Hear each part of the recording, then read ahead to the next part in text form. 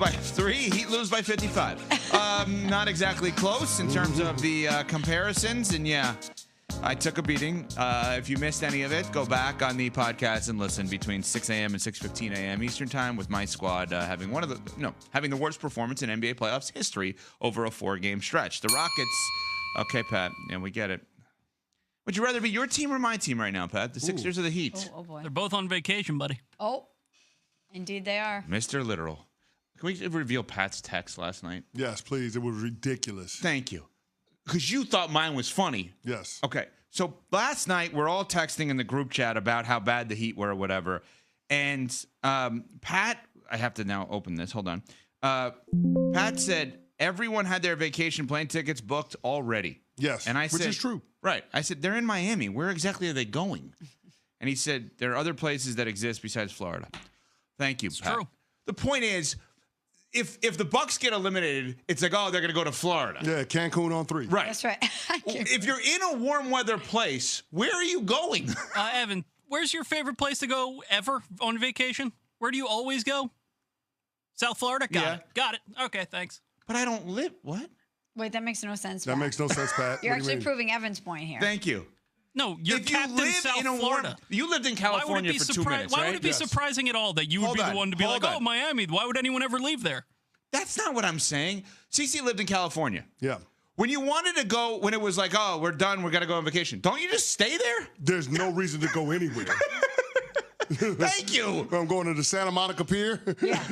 Going to Laguna Beach. Yeah, we're going to Malibu. Right. You know what? Vacation. Vacation. Seriously. It's December. CeCe lives in California. It'll feel like a vacation as long as it takes you to get out there with the LA traffic. What are we doing here? How does Pat not understand that if you live in a warm weather climate, that's the point of living in a warm weather climate. So you don't have to go anywhere. Oh, my God. You lived there for like 20 years, Evan.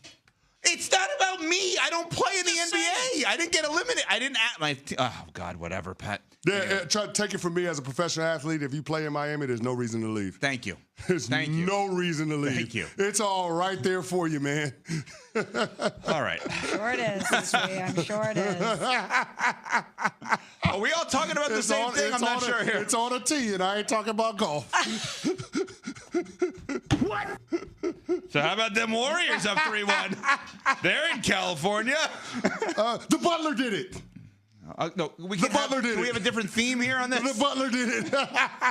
Can't we go to a different theme other than just Jimmy? Oh. The Butler with the basketball from the free throw line.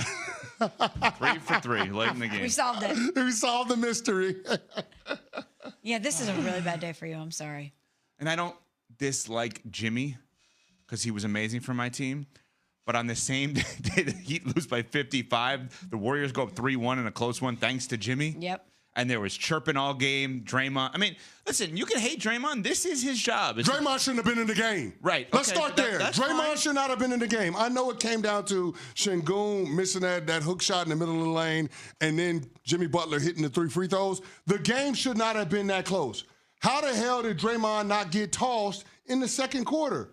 I mean, listen. The Tari Eason one or Yes. You want to ask about the Tari Eason one? The one where he levels Jalen Green after Dylan Brooks knocks down Steph Curry on the pick and roll? Like, it doesn't matter. There were 2 of them with less than 5 minutes apart.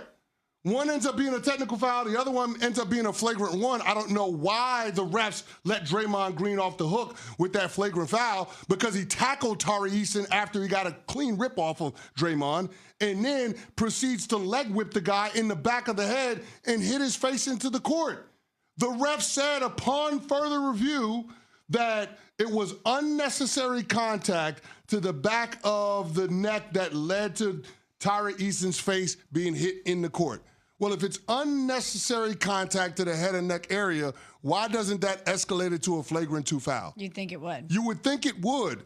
But regardless, the technical foul plus the flagrant foul should equal Draymond ass being in the showers. But it didn't.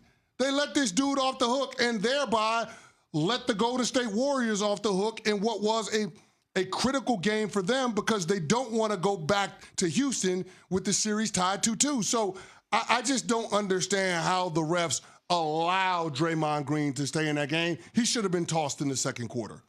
You said that this was his job. And I know that he is the straw that stirs the drink in a lot of ways. And it is his job to agitate and to provide that chippiness. But there is a line. And especially for somebody like him who's been such a repeat offender, I'm a little bit surprised that you would say that he was doing his job in that instance, because there is that line that what does Nuno say? There's a step you don't cross. There's a step you don't cross, and Draymond consistently will cross that step. Sure, Nuno's thrilled to have that associated with him at all times, but he said it. Right. So Draymond has a thing where I think he intentionally gets the T or flagrant early, thinking that they won't do it again.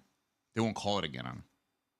If you think about some of the things that he's done over the course of his career, like they're either blatantly obvious, like when he's fighting guys, or the 2016 suspension was a accumulation of all of the technical fouls. It wasn't for kicking LeBron that day.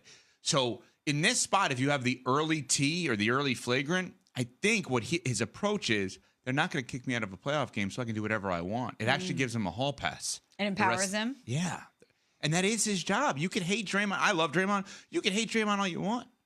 That is what he's there for, especially when you got Steph and Jimmy. But here's the problem if you're the NBA. That only emboldens Draymond to escalate. Yes. And that could lead to a dangerous play on the basketball court that could be an ugly scene for the NBA when you got a lot of eyeballs on the sport because it's playoff basketball. No doubt. And by the way, think about the next round. Oh, yeah. When you got to deal with Gobert and the Minnesota Timberwolves, yeah. It's assuming they win. Yeah. But both teams. I just think that it's obvious that he should have been tossed out of yesterday's game, because what he did with Tari Eason had nothing to do with basketball at all. And you could see throughout the course of that interaction that he thought about kicking Tari Eason when he was trying to get up because Tari Eason was standing over him. Yeah. Then he proceeds to leg whip him instead. I don't understand why they keep giving this guy carte blanche when it comes to doing things that are outside of the scope of what a basketball player should be allowed to do on the court. Mm-hmm. It just makes no sense to me. He should have been gone out of that game. And, of course, it would have affected the competitive balance of the game. We understand how important Draymond Green is, and I know the refs are reluctant to decide a playoff game by taking somebody off the court. But based on what we saw from the player in the second quarter, based on the reputation of Draymond Green as well, because that has to be factored into the math, his ass should have been off the court last night. He should have got ejected.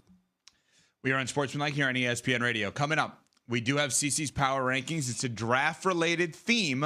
But first, all of my Heat fans last night are now looking for tickets for next season, hoping they see KD and Giannis. How do they get them? Well, Vivid Seats is the way to go. It's your ultimate destination for baseball, basketball, and hockey playoffs with a game-changer rewards program and an unbeatable selection of tickets. They make it easy for every fan to watch their favorite teams and players in action. Catch every homer, every one-timer, every buzzer-beating three live and in person from your favorite seat. Plus, every ticket is backed by a 100% buyer guarantee, giving you peace of mind with every purchase. So don't miss out. Visit VividSeats.com or download the app today.